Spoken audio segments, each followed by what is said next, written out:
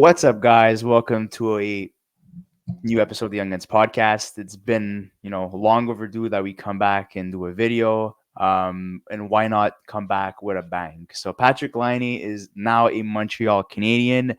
It seems like this past week, the Canadian market has been on fire, and we'll probably talk about the other big team tomorrow after the whole offer sheet decision on Dylan Holloway and Philip Broberg. But today we're going to be discussing the Patrik Laine trade, where he and a 2026 second round pick head to the Montreal Canadiens.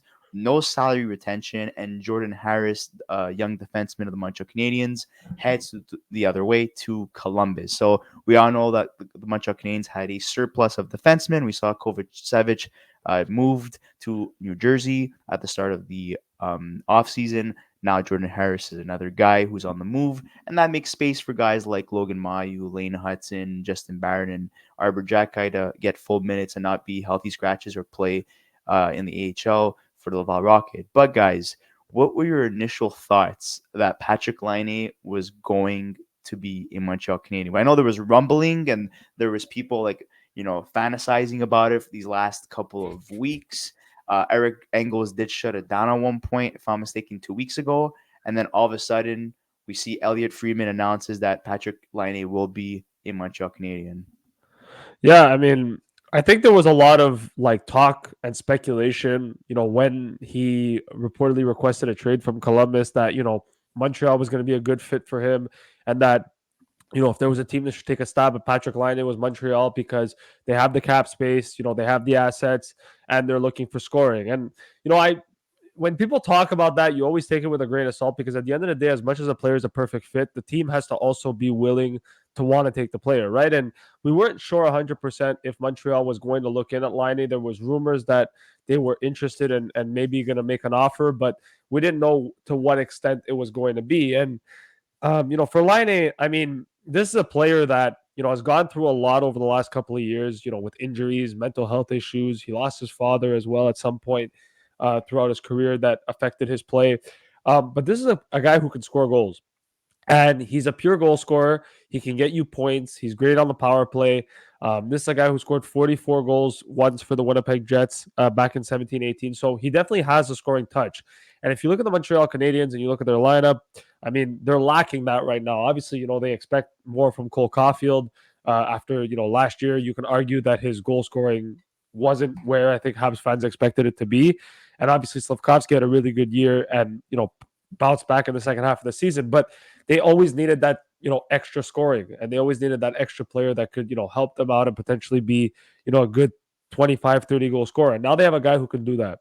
And I think with Laine, the other thing too that's very interesting is he's a good player, but he's also on a team.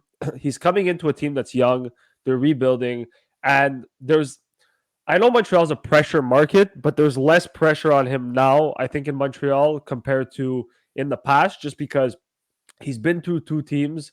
And yes, even though he makes $8.7 million, at the end of the day, they're not Montreal's in a position where they're battling for a playoff spot, but they're not a contender yet. So if Laine doesn't really, let's say, pan out, I mean, they just traded Jordan Harris for him. So it's not like it's the end of the world is what I'm trying to say. Yeah. But I think it's a great move. Yeah. And I think, well, you mentioned the fact that the pressure is not going to be on, if Patrik Laine was drafted by the Canadiens coming into, the big city, arguably the biggest hockey town there is, the spotlight was going to be directly on him. But I think you're in a situation now, he's a salvation project. And I think the Montreal fan base are accepting of that. And I think they're just very excited to have the chance of a player like Laine on their team. Because look, if we crack down his numbers, this guy is always on pace for 30 goals. Well, 30 goals plus, he's a guy who could even score you. If you look at his goals per game in the past couple of years, especially the 2023 and 2022 season in Columbus, this guy was almost at a 40 goal pace, even though he had his issues there. Patrik Laine is a guy also who's got some pretty good hands and who could also move the puck pretty well. When he's on his game, he's more effective as a 5-on-5 contributor, but his power play ability based on his shot, and just the fact that he could pretty much crank it from anywhere is what makes Laine special on his day. What I'll also say on him is that, it's almost, I see it as almost a perfect situation coming in to play for a coach like Martin Saint Louis, who knows how to really connect with players and to get the most out of his offensive producers, as he's done it. A guy like Nick Suzuki, before Martin Saint Louis was hired, was a guy, young player around the 60-point plateau, and now you see him explode last year as an 80-point guy. I don't think that's a coincidence. I can name a couple more examples. Cole Caulfield has really flourished at time. Obviously, Slafkovsky started the year really poorly last year and then really put it together. And if you look at his point per game pace towards the end of the year, it was almost a point per game. So that's when coaching matters, when you have young players who need that extra bit of confidence and who need to be able to just play their game freely. That's always been a motto of Martin Saint Louis. And it's perfect for a guy like Laine who's coming in trying to rediscover his game. Yep. And like a lot of people are making, harsh comments and like, oh, well, the Canadiens take on another bad contract. They already have Christian Dvorak, Gallagher, Anderson, and Armia. Well, let's be honest here. Gallagher is not going anywhere. It's an unmovable contract. Josh Anderson, I wouldn't be surprised at one point if they even put him on waivers throughout the season. If he doesn't produce, like, there's guys like Emil Heineman and Joshua Roy ready for an NHL, position. And not only that, like Joel Armia, after being put on waivers last year and coming back from Laval, the guy scored 20 goals. So, like, you know what I mean? Like, there's a very small margin in terms of failure on this lineup because there's so many bodies in terms of what the Canadiens have within the organization. Young guys that are ready to come up and play full time in the NHL, and also guys, that are already on the Canadiens lineup right now. Like Michael Pezzetta is not even inserted in this lineup as well. So they're going to have to make some, decisions come training camp. And I don't care, if you're a guy on an NHL salary that's being paid, over $5 million, like the Canadiens want to be competitive. Martin St. Louis, Kent Hughes, and Gordon have mentioned that, this is a stepping stone this year. Like, guys want to win. They're tired of losing. Nick Suzuki said, last year, like, that the Canadiens don't go into a season hoping to lose to get a top 5 pick. We're here to win. Unfortunately, let's be honest here, they're not good enough, to be a playoff team.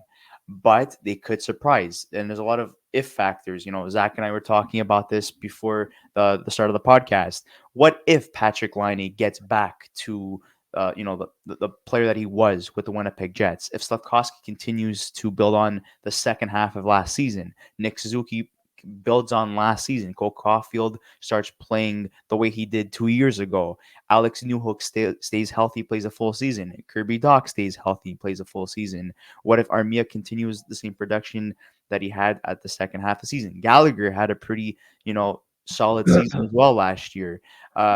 Jake Evans, very underrated. Christian Dvorak, will he stay healthy and will he finally do something since joining the Canes? Because he's been basically invisible. And Josh Anderson, the biggest question mark on this team. Can he find this game again? And, if all those elements all come together and everything are able to be glued together, I do believe that the Canes will fight for a wild card spot. I won't say that they will make the playoffs, but they're shaping up, to take the next step. And there's also a guy called Demidov who was drafted 5th overall by the Montreal Canadiens, who is looking to join the Canadiens sometime in April when the KHL season is over. So, the Canes are going to be a very exciting and scary team for the next decade. And this is just the beginning of it. And this is not even like their full potential. This is just a quarter of it. And I think the most exciting part comes from their back end. And a guy like Patrik Laine being an elite sniper, a guy who was drafted 2nd overall, talent just doesn't just disappear. If he finds his game again, this will be a guy who will play at that pace. And, one thing I'd like to mention is that he was drafted right, after Austin Matthews. Austin Matthews plays for the Toronto Maple Leafs. So having a 1st overall pick versus a 2nd overall pick that play on the Habs and the Toronto Maple Leafs in this era is going to be exciting. And I know Laine is not the same player as Matthews. Maybe he was poised to, be a top talent in the NHL, but unfortunately that's not, what happened. He took a different road. But if he could find his game, I think it's going to be an exciting time, just with that rivalry between the Canadiens and Toronto. I think, with Toronto being as good as they are throughout the season and the Canadiens slowly, getting back on track and becoming an exciting and, team that's very competitive, I think we're in for a very solid season as Montreal Canadiens fans. Yeah, well, it's Yeah. not just that. I think it's also more like you talk about the back end a little bit. I mean, they got rid of Jordan Harris, and we'll talk a little bit about him too. He's a very steady defenseman, top six defenseman. You're 24 years old. Not really the most offensively dynamic player. Maybe better in defensive end, but I think for Columbus, it was just more so they made this trade because obviously Laine didn't want to be there. So you make this trade and you trade a second round pick because you want to get rid of the $8.7 million. And that's not a slate on Jordan Harris. I think he's an NHL defenseman. I think he's going to end up playing for Columbus on the top six role, like I said. But this is not a player that you can turn around and ride home about. I mean, he's 24 years old. Like I mentioned, he was a third round pick, 71st overall in 2018. Like, he's played 131 NHL games, but he's not a guy that's going to thread the needle for you, and he's not really going to be a difference maker for Columbus. But at the end of the day, it's an asset. It's a player that can play on their NHL roster, and it's a player who's still young enough and could still develop into maybe a 5 and maybe even a 4 if he really, really plays well. So I think it's an interesting move for Columbus. I think the biggest thing for them is, they lose Laine, but there was a lot of issues with him in Columbus anyways.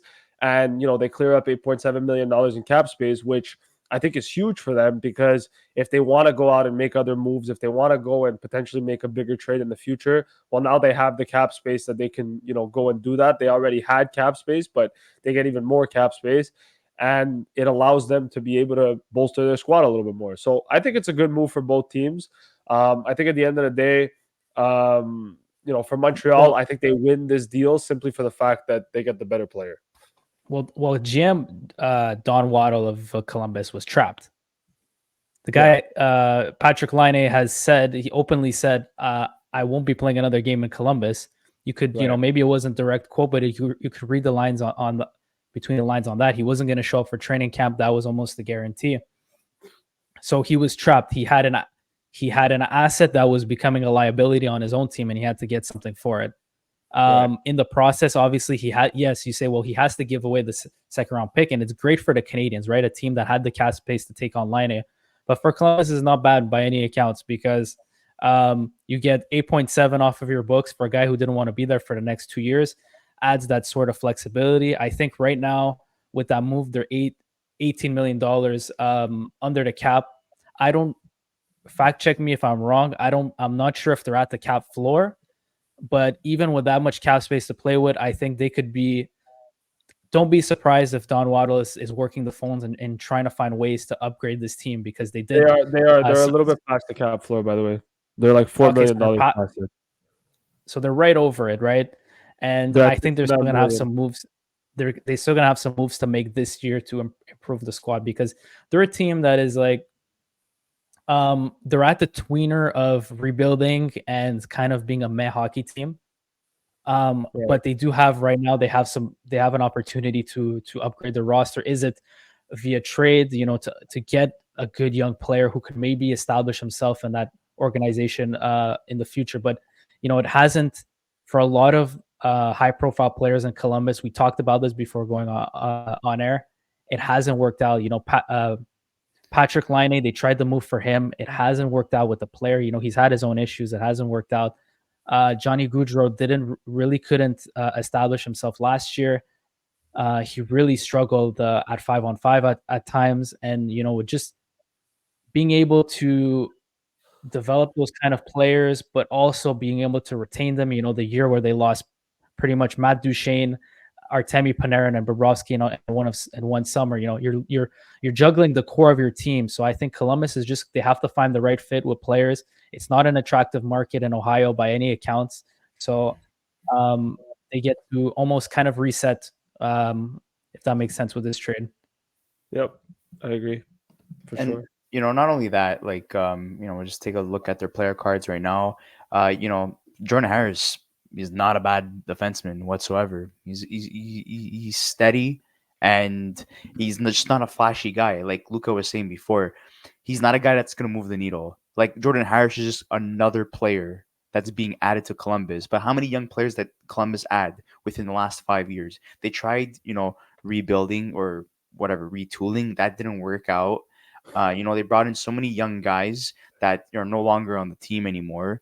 They've drafted well, but in terms of development, I think they've done an underwhelming job as of right now. Like you would expect this team to take steps these last couple of years, and unfortunately, we haven't seen that. They're still a bottom of the barrel team. When you see teams like San Jose and Chicago and what they're building there, you can tell that those are going to be scary teams within the next 5 years. Another team you could also add is the Montreal Canadiens, and for Columbus, it's just like they don't know what's going on there. And I hope with their new general manager Don Waddell, he knows the direction that he needs to take with Columbus. And I do believe that no matter what type of trade offer he would have received for Patrik Laine, he knew he was going to lose. He just wanted to get rid of this headache at this point. And I don't know if you guys want to take a look at some of the quotes that Ken Hughes mentioned about Laine in terms of acquiring him.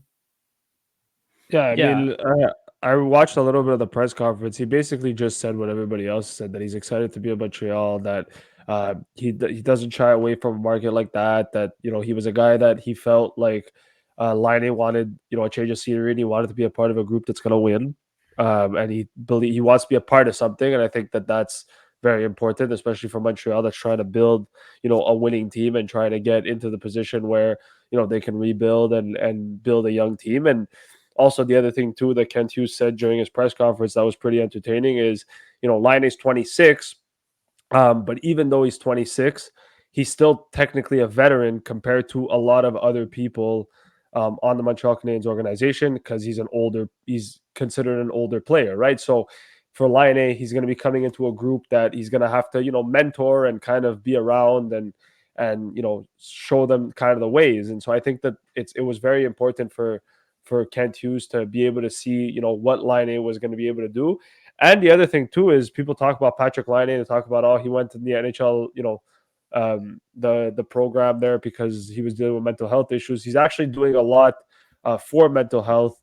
He started his own little campaign for mental health as well that has been up and running. So he's clearly trying to, become something different, and he's trying to, obviously, help people out that had the same issues as him too. So he's definitely someone who I think is motivated, and we'll see what he's capable of doing in Montreal. So excited. And before we have our closing statements for the end of this podcast, I think it's unfair to say that he's going to score like 30, 40 goals. I'm not going to put any of those expectations. And even Kent Hughes said he's not going to be measured by how many goals he scored in terms of his success. He just wants to see a complete, a game from him. He wants to see consistency, what he's capable of doing with, the core guys, and how he complements them, but also how he's able to elevate his game as well and become, that second overall, prospect that he once was with Winnipeg. But my only question for you guys is, do you think this experiment will fail or succeed? Zach, you want to go first and answer that? So with this experiment, we're saying for the next 2 seasons, will this work out for the Canadiens with Patrik Laine?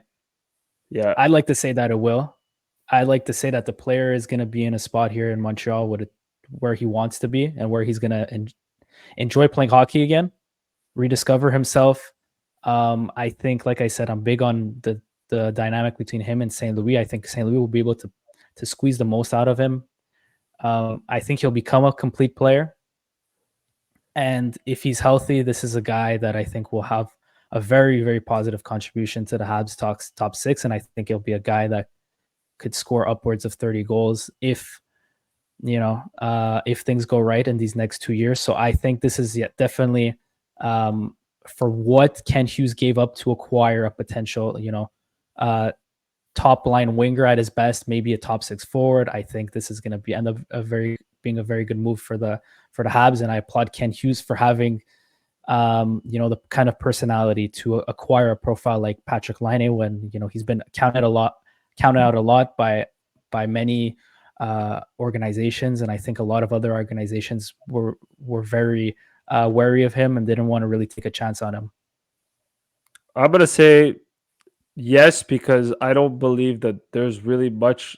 I don't really believe there's a big way for it to fail. The only way it fails is if he plays really, really bad and asks for a trade after a year, and it ends up being that he has a bad relationship with St. Louis. I think that's the only way it fails. But even if he scores 40 points and he scores 20 goals and 20 assists, I think it's a win. It's a successful operation, because I don't look at the money in this situation and go, oh, he's an $8.7 million player. Like, yeah, it's important, but but Luca, if it's 40, not to cut you off, but if it's 40 points, it doesn't make the Habs better.